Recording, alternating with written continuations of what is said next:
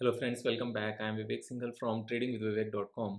और इंडसइंड बैंक को लेकर काफ़ी खबरें आई और स्टॉक प्राइस काफ़ी डाउन भी गया। अगर हम सबसे पहले एक बार स्टॉक प्राइस की बात करने लगें तो 2-3 दिन में लगातार स्टॉक प्राइस काफ़ी टूटा है। और ऑन ए पर्टिकुलर डे यहाँ से अगर हम देखें तो stock price was down 27%। So 27% it was down on 11th मार्च। और 11th मार्च के बाद 12th मार्च को थोड़ी सी रिकवरी आई 4% की। उससे पहले 27% डाउन था और नेक्स्ट डे फिर 1.80% डाउन रहा, यानी कि ओवरऑल स्टॉक प्राइस डाउन रहा। और अगर हम एक बार जो रिसेंट हाई बनाया था इसने जनवरी 24 को, वहाँ से एक बार हम टोटल डाउन साइड देखने लगे तो करंटली अभी 60% का डाउन साइड है। और रिसेंट में जब से अ, अभी अक्टूबर से सितंबर से मार्केट डाउन आनी शुरू हुई थी बेसिकली, जब निफ्टी डाउन आना शुरू किया था। तो सितंबर से भी अगर हम देखने लगे तो 55% डाउन है। और रिसेंट में पिछले कुछ टाइम में, यानी कि पिछले, अगर हम यहाँ पर देखें 27 फ़ैब को, सो 27 फ़ैब को जो हाई बना वहाँ से भी ये 40% के आसपास का डाउन रहा होगा, 36.45% डाउन है। अब ये जो डाउन साइड का मेन रीज़न है, डाउन साइड का सबसे मेन रीज़न हमारा क्या था? डाउन साइड के लिए अगर हम एक बार यहाँ पर सर्च करें तो हमें निकल कर आता है कि इसका कोई डेरिवेटिव्स लॉस हुआ था। अब डेरिवेटिव्स लॉस टोटल कितना था? ग्रॉस लेवल पर देखें तो 2100 के आसपास बताते हैं, लेकिन अगर हम नेट आफ्टर टैक्स का बात करें तो यहाँ पर 1530 करोड़ के आसपास का ये लॉस बताते हैं। अब ये लॉस है क्या? ये बेसिकली जब भी इनको फॉरेन एक्सचेंज में ट्रांजैक्शंस कर मीन्स फॉरेन एक्सचेंज से जो पैसा आता है, जो बोरोइंग होती है, जो डिपॉजिट्स होते हैं या फिर जो पेमेंट करनी होती है, उन सबको हेज करना होता है। कोई भी बैंक या फिर कोई भी कंपनी जो फॉरेन करेंसी में बड़े लेवल पर काम करती हो, या तो उधार लेती हो या उधार देती हो, तो वो कभी भी अपने इस करेंसी ट्रांजैक्शंस को ओपन नहीं छोड़ सकती। उनको बेसिकली इसको हेज करना होता है। हेज किस तरह से करना होता है कि अभी अगर $80 के रेट पर कोई ट्रांजैक्शन की, तो ये एडवर्स ना चली जाए और डॉलर का रेट बढ़कर 90 ना पहुंच जाए, तो उसको हेज करना होता है इस तरीके से कि अगर करेंसी में फ्लक्चुएशन हुआ भी तो इनके ऊपर फ़ायदा नुकसान ना हो। जो एक मार्जिनल कॉस्ट हेजिंग की लगेगी, सिर्फ वही कॉस्ट ये बेयर कर लें। अब इसको करने के लिए इन्होंने ऑफ कोर्स एक्शन लिए होंगे, लेकिन जब इसको डिटेल में पढ़ते हैं तो डिटेल में पढ़ने से थोड़ा-सा ये पता चलता है कि जो काम इन्होंने एक्सटर्नली करना चाहिए था, उसको इन्होंने इंटरनली किया। जैसे अगर हम यहाँ पर थोड़ा-सा इसको देखें, typically if A bank is taking a foreign currency exposure, it's trading desk must hedge take an opposite position in the related transaction to cover losses if any while converting it into the rupee। तो इनको hedge करना होता है, must hedge यहाँ पर हम बात कर रहे हैं। तो उसके बाद में as this process involved a cost, trading desk transfers the cost to asset liability management desk। When the foreign currency exposure are repaid, there could either be a gain or loss। And IndusInd bank on it's part internally, यहाँ पर आप देखोगे internally hedged forex borrowers by entering internal derivatives contracts with its trading desk, और trading desk ने फिर यहाँ पर exposure externally लिया। तो यहाँ टोटल क्या इम्पैक्ट आया? External trades was mark to market, which means that value of the trade fluctuate with the market rate। This negatively affect the profit and loss account। अब यहाँ पर मैं फर्दर रीड करता हूँ, मेरे साथ थोड़ा-सा बने रहना। The internal trade meanwhile was accounted for using swap cost accounting और swap valuation affecting the asset book instead of P and L. यानी कि इन्होंने जो इंटरनली अपना ट्रेडिंग डेस्क के साथ जो भी इन्होंने एग्रीमेंट किया, उसमें जो भी इनका इम्पैक्ट आया, वो इम्पैक्ट बेसिकली इनके एसेट बुक्स पर आया, जबकि वो पी&एल पर आना चाहिए था। External trades moved with the market but internal trades followed the swap valuation. तो जिस रेट पर इन्होंने स्वैप वैल्यूएशन किया इंटरनल के साथ, वहां पर इनको पी&एल इम्पैक्ट नहीं आया, जबकि जो इनकी इंटरनल टीम थी वहां से इम्पैक्ट इनको आना चाहिए था, जो इन्होंने पी&एल स्टेटमेंट में हिट नहीं किया। अब पी&एल में क्योंकि लगातार हिट नहीं किया इन्होंने, तो ये एक्यूमुलेट होता रहा, और एक्यूमुलेट होने की वजह से ये थोड़ा-सा यहाँ पर बड़ा हो गया, जो ऑलमोस्ट 1700 करोड़ या 1500 करोड़ के आसपास का टोटल इम्पैक्ट इनका आता है। अब इसको कितना गलत देखा जाए, कितना सही देखा जाए, तो देखो यहाँ पर 1577 करोड़ का पोस्ट टैक्स की बात कर रहे हैं, which is about 2.3% of the banks net worth, यहाँ पर बैंक की जो टोटल नेट वर्थ है उसका 2.35% है। अब सबसे पहले ये देखते हैं कि 2.35% का ये कितनी बड़ी बात है? क्या ये बहुत बड़ी बात है? तो एक बार अगर हम यहाँ पर screener.in पर जाएँ और कंपनी की पूरी वैल्यूएशन देखें या कंपनी की जो टोटल नेट वर्थ है ये देखें, तो कंपनी की पूरी नेट वर्थ यहाँ पर 64,358 and 779 crore equity and reserve का टोटल मिलाकर 65,000 करोड़ आता है। 65,000 करोड़ का 2.35% अगेन वही 1,500 करोड़ के आसपास आता है। अब ये 1,500 करोड़ की कितनी इंपॉर्टेंस है? एक क्वार्टर का इनका नेट प्रॉफिट देखते हैं कितना है। तो लोअर साइड पर भी अगर देखें फिलहाल पीछे के टाइम में तो एक क्वार्टर का नेट प्रॉफिट है इनका 1400 करोड़, 1325, 2100 करोड़, 2300 करोड़। तो ये बेसिकली एक क्वार्टर के नेट प्रॉफिट के जितने लॉस के बराबर है। अब 2.35% अगर स्टॉक यहाँ पर बुक वैल्यू कम होती है और स्टॉक प्राइस 28% गिरता है, तो यहाँ पर 28% तब तो गिर सकता था कि अगर स्टॉक बुक वैल्यू से बहुत ज़्यादा ऊपर ट्रेड कर रहा होता। लेकिन बुक वैल्यू से बहुत ज़्यादा ऊपर ट्रेड नहीं कर रहा है। बहुत ज़्यादा ऊपर तो छोड़ो, उससे नीचे ट्रेड कर रहा है। Book value has been 836 rupees and currently it is trading at 672 rupees. तो 836 हमारी बुक वैल्यू थी। अब बुक वैल्यू जब 836 थी यहाँ पर अगर हम देखने लगे एक बार, जब स्टॉक प्राइस ट्रेड कर रहा था 900 पर, अभी इस न्यूज़ के आने से पहले, तो 900 पर ट्रेड कर रहा था। 900 से स्टॉक प्राइस कितना नीचे आना चाहिए था? अगर हम बुक वैल्यू के पॉइंट ऑफ व्यू से देखें, सो 2.35% नीचे आना चाहिए था, लेकिन उसका इम्पैक्ट कितना आया? उसका इम्पैक्ट आया हमारा 27%। अब ये इतना बड़ा इम्पैक्ट क्यों आया? क्या इतना बड़ा इम्पैक्ट आना बनता था? तो इतना बड़ा इम्पैक्ट आना जो बनता है वो सिर्फ इस 1500 करोड़ की वजह से नहीं बनता। यहाँ पर बाकी भी कुछ पहलू हैं। यहाँ बाकी क्या पहलू हैं? अगर हम एक बार फिर से इस न्यूज़ को देखें और नीचे एक बार हम ध्यान से देखें, तो 2-3 चीज़ें निकल कर आई। एक तो यहाँ पर जो इनका सीएफओ हैं, उन सीएफओ ने अभी दिसंबर क्वार्टर रिजल्ट से एकदम पहले ही रिज़ाइन किया। तो उस चीज़ को एक गलत माना गया। मैं उस न्यूज़ को यहाँ पर देखने की कोशिश कर रहा हूँ जहाँ पर इसको बताया गया था। Yes, so besides accounting discrepancies, bank has been hit by management churn just before the lender was scheduled to report its December quarterly results. Its chief financial officer, CFO Gobind Jain, tendered his resignation. तो result के एकदम पहले resignation आना अपने and से, तो वहाँ थोड़ा सा रिस्क सा फील किया जाता है। उसके साथ में एक और चीज़ यहाँ पर हुई, आरबीआई ने जो कंपनी के एमडी एंड सीईओ हैं सुमंत जी, उनको सिर्फ 1 ईयर की ही एक्सटेंशन दी, जबकि वो 3 इयर्स की एक्सटेंशन प्रपोज थी बोर्ड की तरफ से। तो आरबीआई को कुछ यहाँ पर नज़र आ रहा था क्या इस तरह का कि आरबीआई को थोड़ा सा रिस्क फील हो रहा था क्या? इस तरह की चीज़ें यहाँ पर चली आ रही हैं। तो ये यहाँ पर एडेड रीजंस हैं जिसकी वजह से स्टॉक प्राइस इतना नीचे गया। अब यहाँ पर एक चीज़ और समझना, अगर हम इस पर्टिकुलर टाइम में इस बेयर फेज में ना होते और स्टॉक मार्केट ओवरऑल नीचे नहीं जा रही होती, तो भी क्या इंडसइंड बैंक इस खबर के चलते इतना ही नीचे जाता? Very unlikely.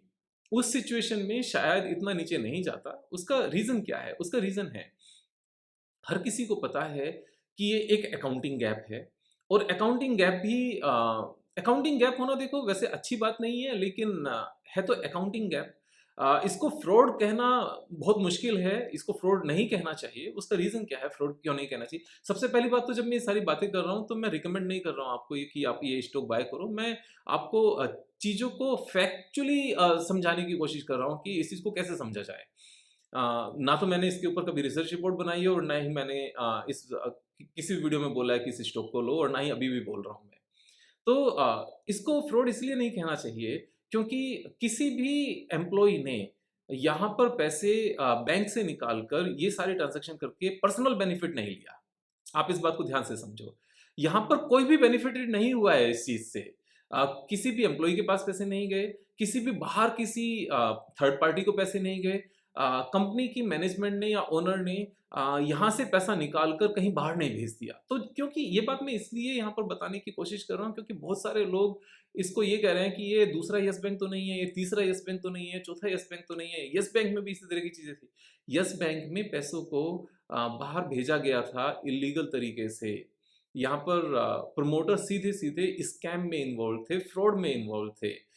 यहाँ पर इस पर्टिकुलर चीज़ को फ्रॉड या स्कैम कहने के बदले अगर एक मिस्टेक कहा जाए, जो मिस्टेक किसी भी रीज़न से हो, यहाँ पर मिस्टेक अकाउंटिंग पॉलिसीज़ की मिस्टेक या फिर जिस तरह से अकाउंटिंग होनी चाहिए थी, उस तरह की अकाउंटिंग नहीं हुई, इस चीज़ की मिस्टेक। तो यहाँ पर गलतियाँ किसकी हैं? देखो, गलतियाँ उन सभी लोगों की हैं जो टेक्निकल नॉलेज रखते थे और जो टेक्निकल नॉलेज रखी होगी उन्होंने, इस चीज़ को समझा जाता था। फॉर एग्ज़ाम्पल इन्होंने जो भी ऑडिटर्स यहाँ पर असाइन किए होंगे, उन ऑडिटर्स को यहाँ पर ये टेक्निकल नॉलेज होनी चाहिए थी कि इसकी अकाउंटिंग कैसे होनी चाहिए और अकाउंटिंग रूल्स क्या कहते हैं, अकाउंटिंग पॉलिसीज़ क्या कहती हैं, आईसीएआई के अकाउंटिंग स्टैंडर्ड्स क्या कहते हैं। तो कोई भी ये मानकर चलेगा ऑडिटर्स को इस बात की नॉलेज होगी और ऑडिटर्स इस बात को बताएँगे और जब वो ऑडिटेड रिपोर्ट यहाँ पर बनाएँगे या फिर जो बैलेंस शीट को साइन करेंगे, उस टाइम पर वो इस बात का ध्यान रखेंगे कि जैसे जिस पर्टिकुलर आइटम की यहाँ पर अकाउंटिंग होनी चाहिए, वैसे अकाउंटिंग की गई होगी और जनरल पब्लिक भी यही मानकर चलेगी। बट इन एनी वेज़ यहाँ पर किसी को भी पैसे नहीं गए होंगे मेरे हिसाब से, क्योंकि ये एक अकाउंटिंग किस तरह से अकाउंट फॉर किया जाए किसी पर्टिकुलर आइटम को, उस चीज़ की मिस्टेक है। तो यहाँ पर मुझे नहीं लगता कि किसी भी एंगल से ये येस बैंक बनेगा या यहाँ पर बहुत बड़ा फ्रॉड पाया गया। एंड इसी चीज़ को यहाँ पर फिर क्लियर करते हुए मेरे ख्याल से आरबीआई ने भी फिर यहाँ पर थोड़ा-सा डिटेल में बताया और आरबीआई ने फिर यहाँ बोला है साफ-साफ। मैं थोड़ा-सा इसको बिग साइज़ करता हूँ जिससे आप लोग अच्छे से देख सको। And reserve bank of India confirmed IndusInd Bank's strong financial parameters and robust health amid reported discrepancies. सो आप यहाँ पर वर्ड देखो, जो एक्चुअल वर्ड है वो डिस्क्रिपेंसीज है, ना कि फ्रॉड है, ना कि स्कैम है। IndusInd Banks is implementing remedial measures and undergoing an external audit. Despite leadership changes and internal process issues, bank remains financially stable. Detail में भी आप इन सब चीज़ों को पढ़ सकते हो। इसी चीज़ को फर्दर डिटेल में बताया गया है। जैसे यहाँ पर रेशोज़ डिस्कस किए गए हैं। अब रेशोज़ डिस्कस करने के लिए फिर हम बहुत लंबे उसमें निकल जाएँगे। और यहाँ पर एक थोड़े से चेंजेस भी हुए थे इस पॉलिसीज़ में और जैसे यहाँ पर जैसे RBI master direction, classification, valuation and operation of investment portfolio of commercial banks directions 2023 issued in September 2023 including accounting of derivatives applicable from April 01 to 024। तो यहाँ कुछ चीज़ें आरबीआई की तरफ से यहाँ से अ, मेरे ख्याल जो यहाँ पर डायरेक्ट की गई उसकी तरफ से, आरबीआई की तरफ से इम्प्लीमेंट करने के लिए और उस इम्प्लीमेंटेशन को फॉलो करने के लिए शायद ये सब चीज़ें निकल कर आई कि उससे पहले हमने इस तरह की गलतियाँ की हैं। तो ये पूरा का पूरा सीन मिस्टेक्स का नज़र आता है एंड ओवरऑल इम्पैक्ट 1 क्वार्टर के नेट प्रॉफिट का नज़र आता है अभी तक। जहाँ तक हम यहाँ पर जीएनपीए की और एनपीए की बात करने लगे तो वहाँ कुछ भी प्रॉब्लम नज़र नहीं आती एज़ सच, क्योंकि जो एनपीए है, वो एनपीए 0.68% है। यानी कि ये रेंज करता है 0.57% से 0.71% के बीच में लगातार। तो ये कोई बहुत ज़्यादा हाई एनपीए नहीं है, क्योंकि अगर इसी को हम पीयर ग्रुप में बात करें, फॉर एग्ज़ाम्पल हम एचडीएफसी बैंक की भी बात करें और एचडीएफसी बैंक में हम देखें कि इनका एनपीए कितना है, तो यहाँ पर नज़र आता है कि 0.46% तो एनपीए इनका भी है। ऐसा नहीं है कि इनका एनपीए बहुत ज़्यादा ज़ीरो के आसपास है और इंडसइंड बैंक का बहुत ज़्यादा के आसपास है। तो और हम यहाँ पर अगर आईसीआईसी बैंक की भी बात करने लगे तो ये भी देखते हैं कि इनका एनपीए किस फिगर के आसपास है, तो इनका भी 0.42 के आसपास है और यहाँ पर आईसीआईसी बैंक का एनपीए भी अगर हम 2 इयर्स पहले देखें तो 0.85% था, 0.76% था। तो इसी रेंज में इन सारे बड़े प्राइवेट सेक्टर बैंक्स के एनपीए भी रहते हैं। और अभी हम फिर एक बार वैल्यूएशन की बात करते हैं कि वैल्यूएशन में एक्सिस बैंक बहुत महंगा है क्या?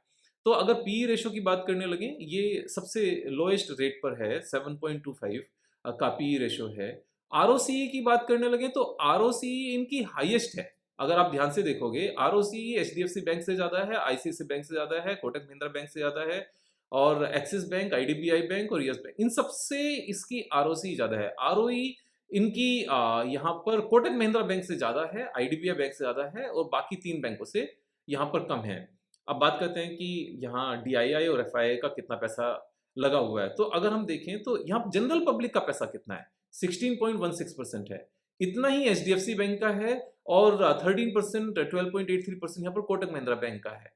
तो ऐसा नहीं है कि इस बैंक में बाकी जो इंस्टीट्यूशंस हैं उन्होंने अपना कॉन्फिडेंस नहीं दिखाया है क्या? इन्वेस्टर में अगर हम यहाँ पर जाकर देखें तो 24% एंड 43% यानी कि 70% हिस्सेदारी यहाँ पर इंस्टीट्यूशंस की है और प्रोमोटर्स की 16% है, पब्लिक की यहाँ पर 16.16% है।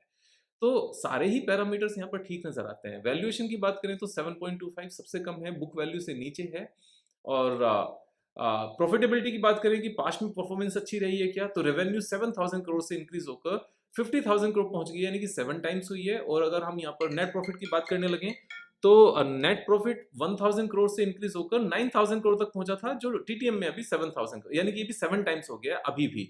और ईपीएस, क्योंकि नेट प्रॉफिट में और ईपीएस में कई बार डिफरेंस इसलिए हो जाता है मल्टीपल्स में, क्योंकि यहाँ पर कई बार हम लोग इक्विटी और ज़्यादा रेज़ कर लेते हैं, तो डाइल्यूशन आ जाता है, डाइल्यूट हो जाती है। उसके बावजूद भी जो ईपीएस है वो 20 रुपीज़ से बढ़कर यहाँ पर 114 तक पहुँचा, ऑलमोस्ट 6 टाइम्स, और अभी भी यहाँ पर 4.6 टाइम्स हुआ है लास्ट 10 इयर्स में।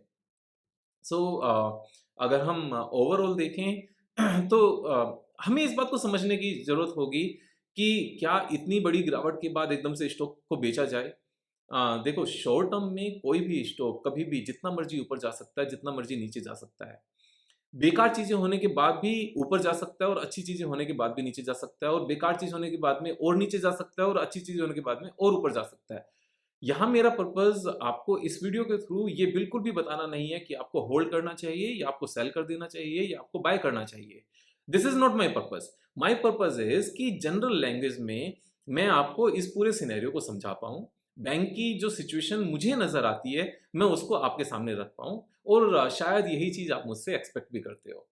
हाँ, एक बात ज़रूर है कि वीडियोज़ बनाने में बहुत बार बहुत ज़्यादा डिले हो जाता है, लेकिन मैं बहुत सारी चीज़ों में लगे रहते हैं और कोशिश मेरी रहती है कि टाइम टू टाइम आकर आप सबके साथ में टाइम थोड़ा-सा स्पेंड किया जाए और आपको लगातार गाइडेंस दी जाए। इसीलिए मैं कोशिश ये ज़रूर करता हूँ कि ट्विटर पर, जिसको हम एक्स कहते हैं अभी, वहाँ पर रेगुलर आपको अपडेट रखा जाए, और इसीलिए आप भी अगर मुझे ट्विटर पर फॉलो नहीं करते हो तो ट्विटर पर फॉलो कर लो। तो ट्विटर पर फॉलो करने से चीज़ें थोड़ी-सी रेगुलर वे में अपडेट हो जाता है, क्योंकि वीडियो बनाने में थोड़ा-सा टाइम भी लगता है और एक मुझे घर पर भी होना ज़रूरी होता है, और ट्विटर के केस में टेक्स्ट लिखना होता है, तो हम कहीं भी हैं, कैसे भी हैं, उस टेक्स्ट को लिखकर आपको आप तक पहुँचाया जा सकता है। जो ट्विटर का हैंडल है वो है जिसको हम कहते हैं, the Vivek Singhal, THEVIVEKSINGHAL। I will keep on sharing my experience with you. आप दोस्तों के साथ शेयर करते रहो, और जल्दी फिर मिलेंगे नई वीडियो के साथ। तब तक अपना ख्याल रखो। जय हिंद, जय भारत।